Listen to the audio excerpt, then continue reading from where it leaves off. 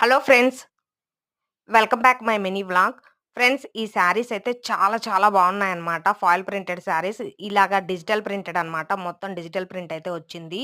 ఇంకా మొత్తం ఇట్లా ఫ్లవర్ ప్యాటర్న్ వచ్చేసి కింద అయితే మనకి చూడండి బోర్డర్ అయితే ఆసమ్ ఉంది. మీరు లైవ్‌లో చూడాలి. అంత బావుందన్నమాట. నిజంగా అసలు ఎక్స్‌పెక్ట్ కూడా చేయలేదు ఇలా ఉంటదని.